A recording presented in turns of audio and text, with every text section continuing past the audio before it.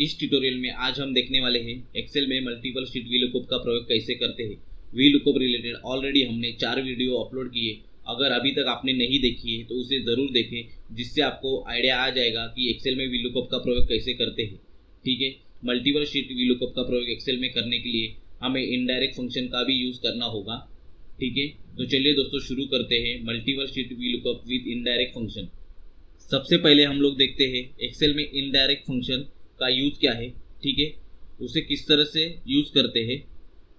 ठीक है, तो मैं आपको इनडायरेक्ट फंक्शन के बारे में जानकारी देता हूँ। इनडायरेक्ट फंक्शन को यूज़ करने के लिए उसे हमें एक रेफरेंस टेक्स्ट देना होगा। हम जो रेफरेंस टेक्स्ट उसे प्रोवाइड करेंगे, उस पर्टिकुलर रेफरेंस टेक्स्ट में से जो हमने उसे रेफरेंस प्रोवाइड किया है, उस पर्टिकुलर सेल एड्रेस में से जो वैल्यू रहेगी वो हमें रिजल्ट के जरिए इनडायरेक्ट फंक्शन रिटर्न करता है। तो चलिए देखते हैं। मैं यहाँ पे टाइप करता हूँ इनडायरेक्ट। ये देखिए ऑटोमेटिक यहाँ पे लिस्ट हो रहा है। ठीक है, ये देखिए यहाँ पे रेफरेंस टेक्स्ट वो हमें शो कर रहा है। ठीक है, तो मैं रेफरेंस यहाँ पे दे देता हूँ। फिलहाल एक कॉलम दे देता हूँ मैं E6 करके। ठीक है, और यहाँ पे ब्रैकेट कंप्लीट करता हूँ। ठीक है, ये देखिए जैसे मैंने फॉर्मूला यहाँ पे टाइप किया, ठीक है, और उसे E6 सेल एड्रेस यहाँ पे दे दिया है, लेकिन फिर भी हमें यहाँ पे रेफरेंस शो कर रहा है। क्यों शो कर रहा है रेफरेंस? क्योंकि उसे रेफरेंस नहीं मिल रहा है। ठीक है, एक्चुअली अभी आपके दिमाग में ऐसा भी आ रहा रहेगा कि ऑलरेडी हमने तो सेल एड्रेस दे दिया है, तो फिर भी रेफरेंस क्यों शो कर रहा है? क्योंकि आप देख सकते हैं रेफरेंस टेक्स्ट जो सिंटैक्स था, रेफरेंस टेक्स्ट मतलब टेक्स्ट के जरिए आपको पर्टिकुलर सेल एड्रेस का रेफरेंस उसे देना है। ठीक है, अभी आपको ऐसा भी लग रहा रहेगा इस पर्टिकुलर सेल ब्लैंक है करके वो रेफरेंस दिखा रहा है। ऐसा नहीं है। ये देखिए मैं यहाँ पे कुछ वैल्यू इनपुट करता हूँ, यहाँ पे 1 डालता हूँ। ठीक है, फिर भी फॉर्मूला हमारा रेफरेंस ही शो कर रहा है। ठीक है, मैं 2 डालता हूँ फिर भी रेफरेंस शो कर रहा है। 10 डालता हूँ फिर भी रेफरेंस शो कर रहा है। A डालता हूँ यहाँ पे BC फिर भी रेफरेंस शो कर रहा है। ठीक है, यानी कि उसको हमें रेफरेंस देना है। रेफरेंस क्या है दोस्तों? रेफरेंस किसको बोलते हैं? पर्टिकुलर सेल का जो एड्रेस है उसे हम लोग रेफरेंस बोलेंगे यहाँ पे। ठीक है, सपोज मैं यहाँ पे अभी देता हूँ C2 करके। ठीक है, तो ये एड्रेस हो गया। ठीक है, C2 एक एड्रेस है सेल का। ये देखिए तो यहाँ पे 0 रिटर्न कर रहा है C2। तो हम लोग देखते हैं C2 कहाँ पे है। यहाँ पे ये देखिए C2, सॉरी मैं यहाँ पे एक्चुअली मैं यहाँ पे B2 देता हूँ, सॉरी B5 देता हूँ यहाँ पे। ये देखिए जैसे मैंने यहाँ पे B5 दिया तो ट्रेडर चाहे हमें शो कर रहा है, यानी कि B5 इस कॉलम में B5 है। ठीक है, यहाँ पे B5 है। ठीक है, तो इनडायरेक्ट फंक्शन क्या कर रहा है? B5 उसके लिए रेफरेंस हो गया। ठीक है, उस रेफरेंस को पिक करके उस पर्टिकुलर रेफरेंस में जो वैल्यू है उसे हमें फॉर्मूला के जरिए रिटर्न कर रहा है। ठीक है, अभी मैं यहाँ पे सपोज B5 की जगह पे B7 करता हूँ। ठीक है, तो B7 में हमें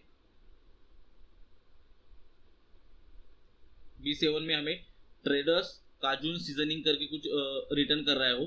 तो हम लोग देखते हैं B7 में क्या है। ये देखिए B7। ठीक है, ट्रेडर्स काजून, यानी कि फॉर्मूला क्या कर रहा है? पर्टिकुलर रेफरेंस में से उस पर्टिकुलर जो रेफरेंस हमने दिया है, उस पर्टिकुलर रेफरेंस में जो वैल्यू है वो फॉर्मूला के जरिए हमें यहाँ पे रिटर्न कर रहा है। ठीक है, तो आपको आइडिया आ गया रहेगा कि इनडायरेक्ट फंक्शन किस तरह से वर्क करता है। ठीक है, अभी ये तो एक पर्टिकुलर शीट के लिए हो गया। अगर अदर शीट में से अगर हमें रेफरेंस लेना है तो फॉर्मूला हमारा क्या होगा वो देखते हैं। ठीक है, अभी यहाँ पे मेरे पास बहुत सारी शीट्स है, जनवरी से लेके जून तक टोटल 6 शीट है। ठीक है, जनवरी, फरवरी, मार्च, अप्रैल, मई, जून। ठीक है, तो मैं यहाँ पे शीट का रेफरेंस देके विद सेल एड्रेस दूंगा तो उस पर्टिकुलर सेल में से वो हमें उसकी वैल्यू यहाँ पे फॉर्मूला के जरिए वो रिटर्न करेगा। ठीक है, मैं यहाँ पे टाइप करता हूँ जनवरी।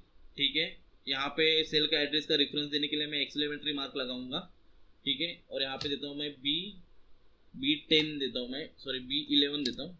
ये देखिए जैसे मैंने जनवरी B11 किया तो यहाँ पे मुझे ये शो कर रहा है ट्रेडर्स चॉकलेट बिस्किट मिक्स करके। ठीक है, तो मैं जनवरी B11 एड्रेस में जाके चेक करते हैं हम लोग ये बराबर रिटर्न कर रहा है कि नहीं। ट्रेडर्स चॉकलेट बिस्कुट मिक्स जनवरी B11, मैं जनवरी में जाता हूँ। यहाँ पे ये B कॉलम है हमारा। ठीक है, इसमें 11 नंबर पे ये देखिए ट्रेडर्स चॉकलेट बिस्कुट मिक्स करके यहाँ पे ठीक है। तो पर्टिकुलर शीट का रेफरेंस, उसका एड्रेस हम दे देंगे, तो उस तरह से वो फॉर्मूला यहाँ पे वर्क करता है। ठीक है, अभी इस फॉर्मूले को हम लोग VLOOKUP में यूज करके किस तरह से मल्टीपल शीट का रेफरेंस उसे देने वाले हैं वो देखते हैं। ठीक है, मैं इस फॉर्मूला को यहाँ से अभी डिलीट करता हूँ। ठीक है, और यहाँ पे मैं VLOOKUP फॉर्मूला का प्रयोग करने वाला हूँ। ठीक है, इज इक्वल टू VLOOKUP। ठीक है, लुकअप वैल्यू हमें क्या ढूंढना है, ट्रेडर चाय करके जो है वो हमारी पहली वैल्यू रहेगी, मैं उसे सिलेक्ट करता हूँ, कॉमा टेबल एरे। ठीक है, यहाँ पे हम लोग इनडायरेक्ट फंक्शन यूज करने वाले हैं टेबल एरे के पोजीशन पे।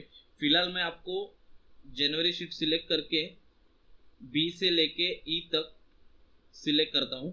ठीक है, और F4 की प्रेस करके उस पर्टिकुलर रेंज को लॉक करता हूँ। ठीक है, कॉमा। ठीक है, 4th नंबर पोजीशन में टोटल सेल अमाउंट है। ठीक है, हमें टोटल सेल अमाउंट चाहिए। ठीक है, तो मैं यहाँ पे 4 दूंगा, कॉमा। हमें अप्रोक्सीमेट मैच करना है कि एग्जैक्ट मैच करना है, तो हमें एग्जैक्ट मैच करना है, तो मैं एग्जैक्ट मैच यहाँ पे सिलेक्ट करता हूँ और ब्रैकेट कंप्लीट करके एंटर करता हूँ। ठीक है, ये देखिए ट्रेडर चाय पे हमें जनवरी शीट में फॉर्मूला 8 नंबर को रिटर्न कर रहा है। ठीक है, तो हम लोग चेक करते हैं एक बार ट्रेडर चाय। ये देखिए फर्स्ट वन ही है ट्रेडर चाय, और यहाँ पे टोटल सेल अमाउंट 8 कुछ यहाँ पे हमें दिखा रही है। ठीक है, तो मैं यहाँ पे जाता हूँ शीट 1 में। ठीक है, अभी हमें फॉर्मूला को इस तरह से मॉडिफाई करना है कि वो ऑटोमेटिकली पर्टिकुलर शीट की रेंज उठाए। ठीक है, पर्टिकुलर शीट का नाम ऑटोमेटिकली पिक करे। ठीक है, यहाँ पे मेरे पास 6 शीट है। ठीक है, तो फॉर्मूला को हम लोग इस तरह से मॉडिफाई करेंगे कि इस पर्टिकुलर सेल को अगर हम लोग ड्रैग एंड ड्रॉप करेंगे राइट साइड में और डाउन तरफ, तो वो ऑटोमेटिकली शीट के नाम के हिसाब से वो ऑटोमेटिकली उसका रेफरेंस लेके हमें रिजल्ट शो करेगा। ठीक है, तो मैं यहाँ पे इस फॉर्मूले को एडिट करता हूँ F2 करके। ठीक है, और इस रेफरेंस को मैं फिलहाल कॉपी करता हूँ यहाँ से, टेबल एरे जो है हमारा, इस रेफरेंस को कॉपी करके यहाँ पे बाजू के सेल में यहाँ पे मैं पेस्ट करता हूँ। ठीक है, यहाँ पे मैं पेस्ट करता हूँ इसे। ये देखिए जनवरी बी कॉलोनी।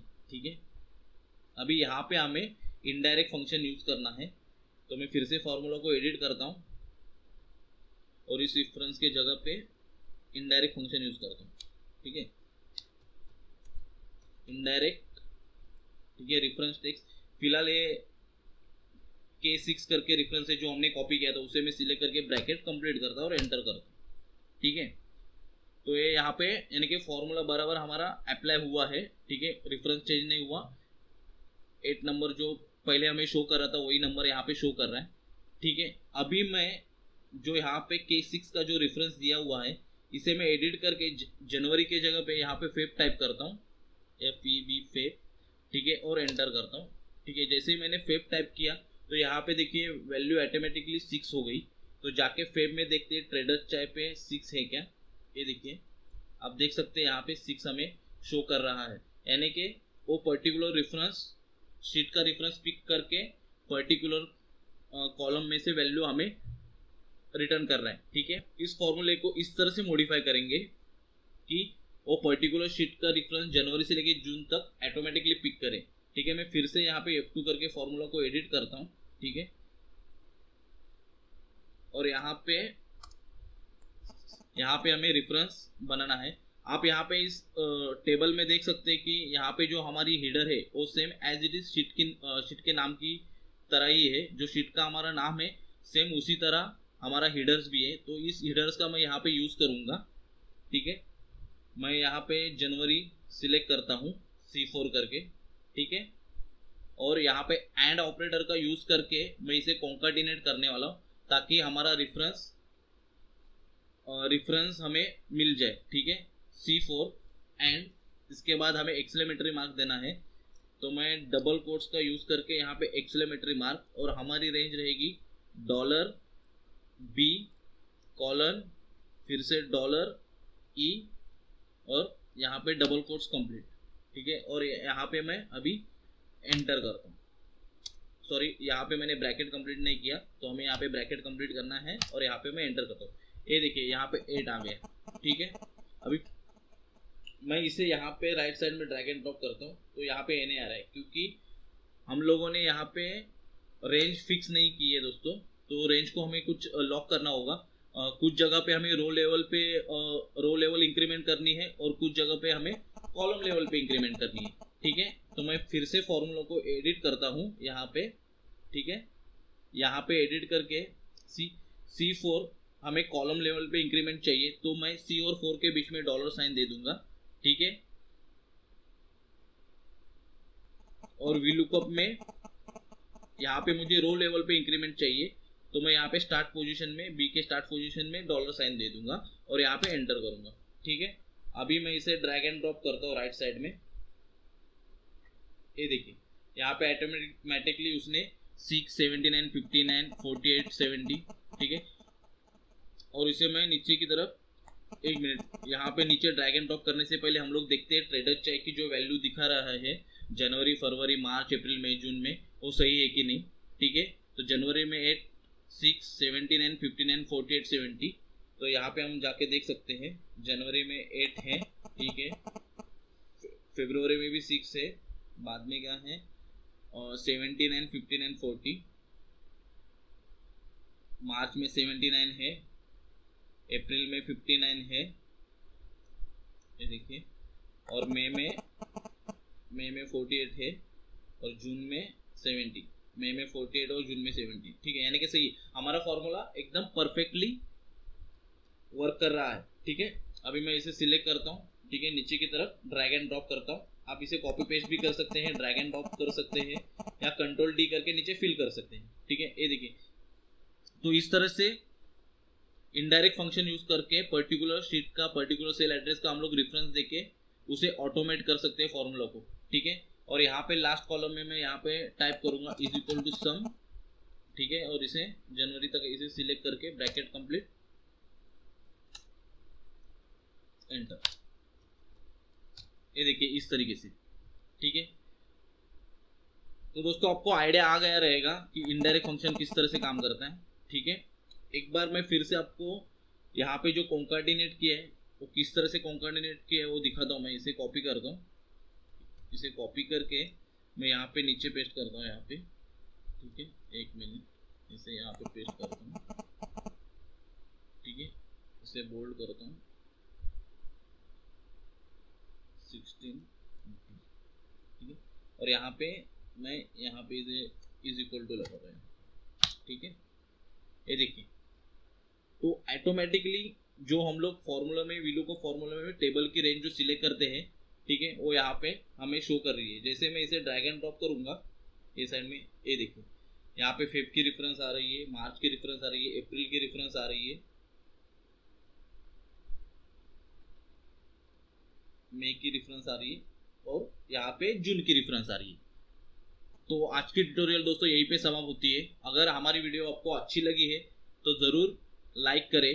ठीक है, आप डिसलाइक भी कर सकते हैं अगर वीडियो आपको अच्छी नहीं लगी, लेकिन डिसलाइक करने से पहले आप हमें कमेंट करें कि आपको वीडियो क्यों अच्छी नहीं लगी। ठीक है, और हमें सब्सक्राइब जरूर करें। सब्सक्राइब इसलिए करें, अगर हमारी नई वीडियो जैसी यूट्यूब पे अपलोड होती है तो आप यूट्यूब पे जिस ईमेल आईडी के साथ रजिस्टर हो उस ईमेल आईडी पे एक नोटिफिकेशन आएगी, जिससे आपको ये पता चलेगा कि हमारी नई वीडियो अपलोड हुई है, और तुरंत आप नई वीडियो का आनंद ले सकते हैं। ठीक है, तो कीप वॉचिंग दोस्तों, और ज़रूर हमें सब्सक्राइब करके वीडियो शेयर करें। ठीक है।